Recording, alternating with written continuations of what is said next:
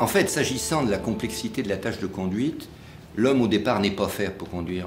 C'est une activité trop complexe, qui est trop multitâche et qui sollicite totalement les capacités attentionnelles d'un individu. Et il n'y a pas d'accident de la route sans vitesse. Il faut qu'il y ait des véhicules qui ont une certaine masse, qui sont en déplacement pour que les individus soient victimes de différentes manières, soit par des chocs, soit par des phénomènes de décélération importante, soit victimes d'un traumatisme qui va signer leur blessure et la gravité de leur blessure.